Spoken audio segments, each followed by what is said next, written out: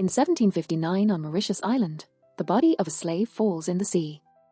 As she drowns to death, she prays for her husband Marsamber never to give up and save their people. The next day, a group of slaves including Marsamber continue to work on a plantation that belongs to Eugene. There are only 2 weeks left of harvest. So Eugene asks Marsamber to keep an eye on things and make sure nobody is slacking off. He also calls him a Cicero instead of his real name. This causes another slave to see him as a traitor. That night Marsamber teaches his daughter Mattie more reading and writing. Mattie interrupts the lesson to share that her friend Ruber showed her a path on the southwest that should take them to Fabumi, a village where all runaway slaves hide. She wants to run away but Marsamber forbids it, saying that Fabumi is just a myth. The potential danger gets more obvious when they see a guard capturing a slave outside. The following morning Eugene and his guards catch another slave who tried to escape. Since this was her first try, they burn her back to mark her with a lily flower. If she ever tries again, her ears and tendons will be cut off. Marsamber has to translate this warning for the other slaves while a man loses his ears because he was caught a second time. Eugene then asks Marsamber to remind everyone that a third escape attempt is punished with death. In the middle of the night, Marsamber finds Mattie having a panic attack after one of the guards abused her. He hugs her tightly and guides her through it with prayers until she calms down. Afterward, Mattie insists they should kill all their masters and run, pointing out that the other slaves will follow him as a leader. Marsamber still refuses and calls Mattie a Colette, which she hates. Mattie doesn't want to lose her culture. But Marsamber prioritizes her future and hopes that by making her fit in with the colonizers she may get a job as a seamstress far away from the plantation. Some time later, Marsamber is called to the main house where Eugene is having dinner with some very important people. The governor knows that Marsamber can speak both languages and wants him to help him understand the slaves. He asks if black people should be freed. But since Marsamber is scared, he answers that black people exist only to serve. When he looks up to speak, the governor is offended and Eugene immediately kicks Marsamber out. Eugene's son Hanore explains he was the one to train Marsamber because he grew up here in the plantation and quickly understood that some slaves were trying to rise. Teaching Marsamber convinced him that black people are also human. The governor brings up Madame La Victoire, a woman who hunts down runaway slaves and has the opposite views. An argument ensues over the treatment of slaves and Eugene has to silence Hanore to avoid trouble. However, the governor now thinks Eugene doesn't rule this area well. After the governor leaves, Eugene slaps Hanore for spewing his troublesome views.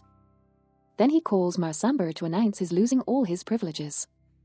He'll cut cane like the others and he won't live with his daughter anymore. Mattie will stay under Eugene's roof and if Marsamber tries to protest, he'll kill her. When Mattie hears about this, she tries to self-delete. But Marsamber stops her and sends her to the house. Seconds later, Marsamber hears the dogs barking and lots of screaming. He immediately runs out and finds a guard on fire but no Mattie in sight. The other guards tell him that Mattie ran away before sending him back to his room. The next morning the guards tell Eugene that they couldn't find Mattie. Eugene asks them to call Madame La Victoire before telling Hanore to join the hunt to fix the family's reputation. Hanore is forced to agree, but also asks his father to treat Mattie better when he brings her back. Afterward, Marsamber is tied to the ground and whipped for several minutes to make him talk, but he has no idea where Mattie went. At that moment, Madame La Victoire arrives with her sons Joseph and Baptiste. She turns down Eugene's money and asks for the details of Mattie's escape. Victoire tries interrogating Marsamber, explaining that she'll bring Mattie alive because she believes in punishment. But Marsamber continues to swear he knows nothing. Then they bring Mattie's friend Ruber, and since she's pregnant, they dig a hole in the ground for her belly before tying her up. They only need to whip her feet once before she tells them Mattie went looking for the Fabumi village.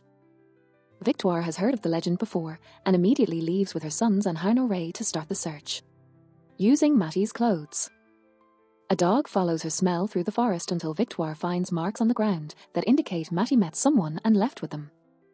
A few hours later, the group notices there are no more traces to follow, but they can see a hill in the distance. They decide to get to the top and watch for a while to see if anyone will come out of hiding. Back at the plantation, Marsamber has been locked up in a tiny cell with a chain mask around his head. He begs Ruber for help, but she ignores him. When everyone is done working, Ruber throws food at the dogs to keep them quiet. Later that night, Ruber carefully sneaks around and frees Marsamber from the cell before rushing back to her room. With the dogs asleep, Marsamber manages to run through the field without being detected. The next morning, Victoire's sons think Mattie is gone and they're wasting time. But Victoire thinks they need to be patient. Meanwhile, Marsamber has reached the forest and stops by the river to drink, which is hard because of the mask. After hitting the lock for several minutes with a rock, he manages to break it and take the mask off, using branches to create shadows under the bright sun. He can find the right direction to continue the search for his daughter. That night, Victoire scolds Harnore for eating without manners like a black savage and forces all the boys to pray. She explains God has always been her guide and saved her in the darkest times. Harnore has already heard her story. He knows she was abused as a child, forced into an unwanted marriage as a teenager, and the first woman on the island to be divorced. He thinks she's the only person on the island who knows the horrors the slaves go through and should be sympathetic. But Victoire insists that the church has proven that black people have no souls. She doesn't think it's her place to question the church, yet Harnore can tell she has doubts. During the night, Marsamber dreams that his wife is by his side. The following day, Marsamber starts going up the hill and is seen by Victoire. When he starts wandering among the trees, he hears a noise and finds a black man named Kabedi who guides him around. There's also a black woman with a baby, and together they all hide from Victoria's group because they've entered the woods to look for them. At that moment, the baby starts crying and Baptiste hears them, so the slaves have to start running as fast as possible. Unfortunately, they can't go far, so Kabedi makes the mother hide and gives Marsamber one of his blades. When Baptiste gets close enough, he opens fire. But the slaves dodge it, and Marsamber manages to tackle him to the ground. Baptiste fights back as Marsamber tries to hit him to knock him out. However, Marsamber freezes when suddenly Harnore calls his name and asks him to surrender. Kabedi then appears behind Harnore and quickly kills him by slashing his neck. After asking Marsamber to do the same, Kabedi runs to hide. Marsamber stares at Baptiste, but he can't bring himself to do it, so he runs away too.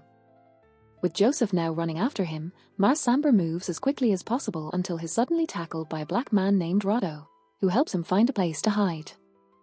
Once Joseph leaves, the men keep going and Roddo explains he's looking for the Fabumi village. They stop at a cave where Roddo shares the little food he has plus a fresh shirt while telling the story behind his uniform. He used to fight for France and they even made him a citizen. However, when he came to this island, they burned his freedom papers and tried to force him into slavery.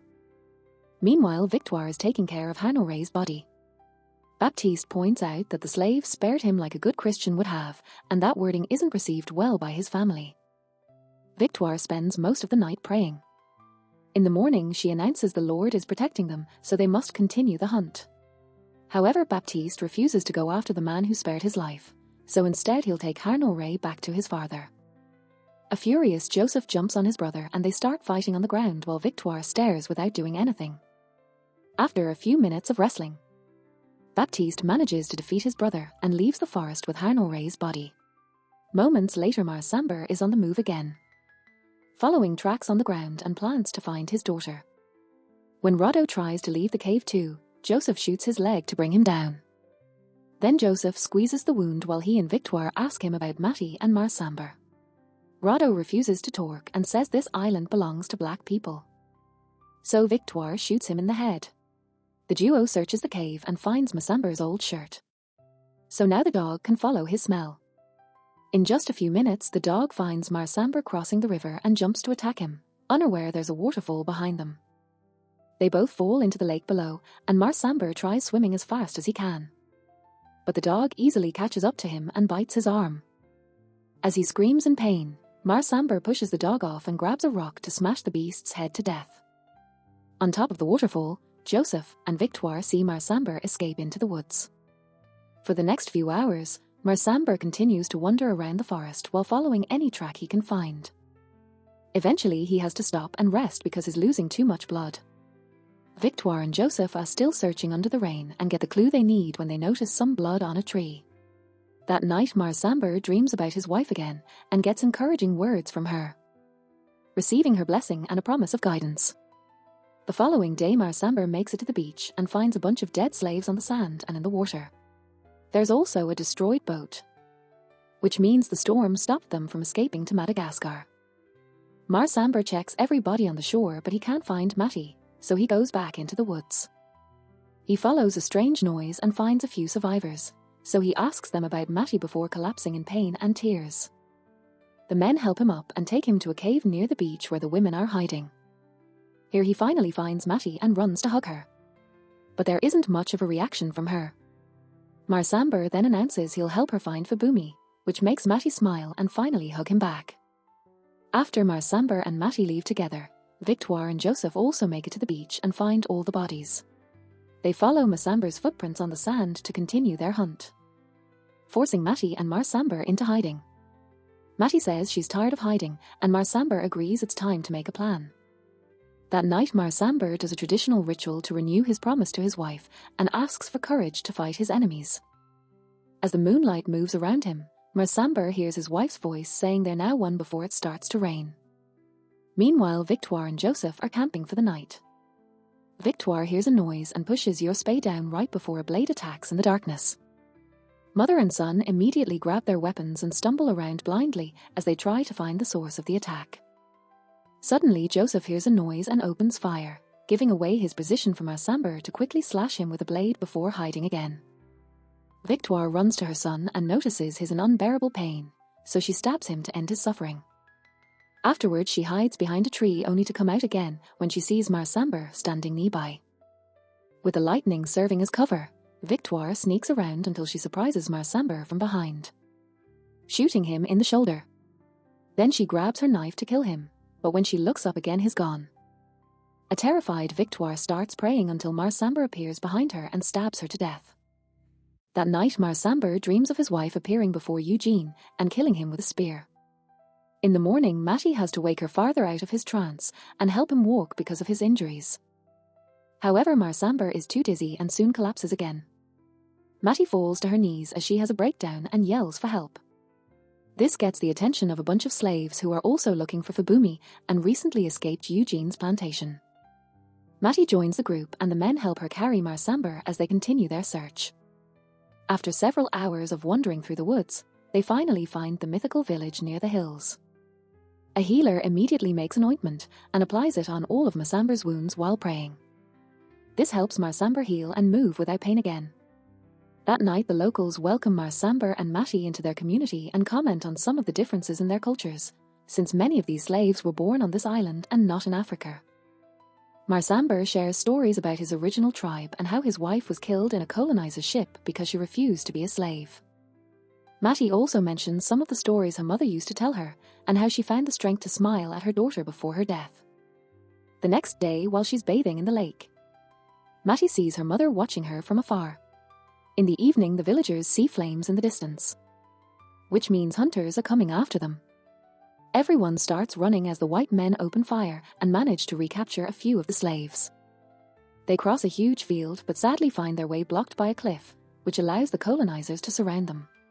Using a slave as translator, a man asks them to surround them and explains the governor has promised to spare them. Marsamber says he wants a life with no chains and no masters, inspiring Matty to start singing a traditional song. The villagers sing along before they delete themselves, choosing the end over slavery.